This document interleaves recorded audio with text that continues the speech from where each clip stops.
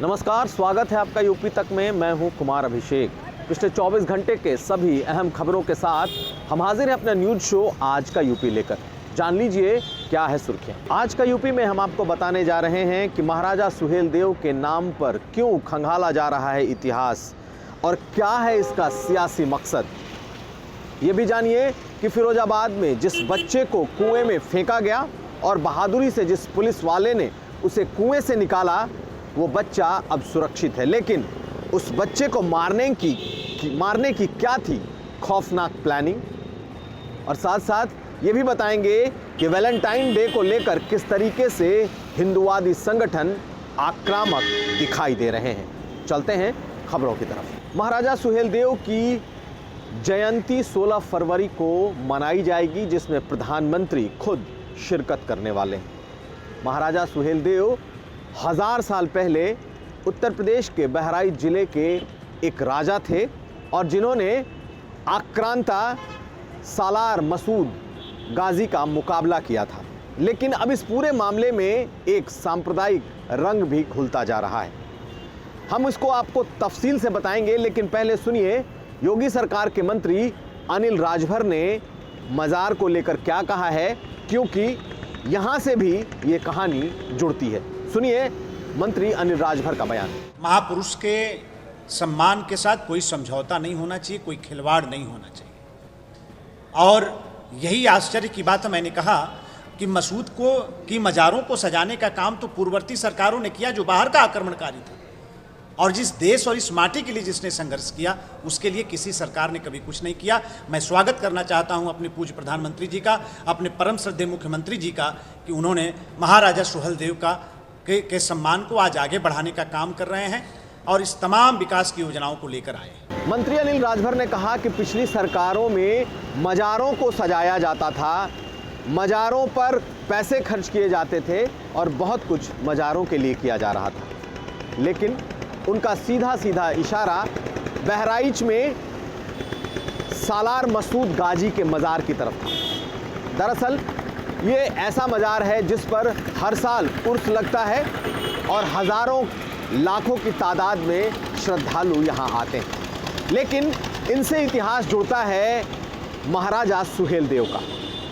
महाराजा सुहेलदेव 10,034 यानी 11वीं शताब्दी इनका वक्त था और तब इन्होंने सालार मसूद गाजी का रथ रोका था, यानी उस इस्लामिक आक्रांता के रथ को उन्होंने यहाँ रोक दिया था। महाराजा सुहेलदेव राजभरों के आदर्श हैं। राजभर वो जाति है जो उत्तर प्रदेश में बहुतायत में है। साथ साथ पासी समाज के लोग भी इन्हें अपना आदर्श मानते हैं। यानी तकरीबन 1000 साल पहले सालार गाजी मसूद को रोकने की जो वीरता है वो महाराजा सुहेलदेव ने दिखाई थी। लेकिन बीजेपी अब महाराजा सुहेलदेव के नाम पर बड़ा कार्यक्रम करने जा रही है। कल वैलेंटाइंस डे है, यानी प्यार का दिन। प्रेमी प्रेमिका इस दिन एक दूसरे को प्रपोज करते हैं। लेकिन हर बार की तरह इस बार भी कई ऐसे हिंदुवादी संगठन हैं जो अपने डंडों में तेल पिला रहे हैं।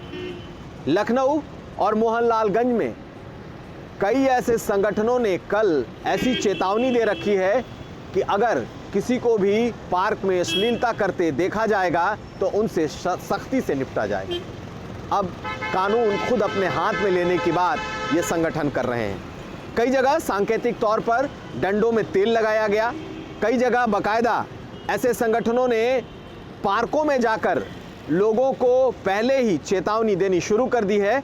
तो कुल मिलाकर 14 फरवरी यानी वैलेंटाइंस डे का दिन एक बार फिर लोगों के लिए प्यार का दिन ना होकर कहीं सड़कों पर ये एक बार फिर प्रेमी प्रेमिकाओं के साथ जोर जबरदस्ती और मारपीट का दिन न बन जाए, ऐसी आशंका जताई जा रही है। चलते हैं अगली खबर की तरफ। 2 दिन पहले हमने आपको अपने इसी कार्यक्रम में एक खबर दिखाई थी कि किस तरीके से फिरोजाबाद में एक 8 साल के बच्चे को सूखे हुए कुएं से 3 दिन बाद पुलिस वालों ने निकाला था।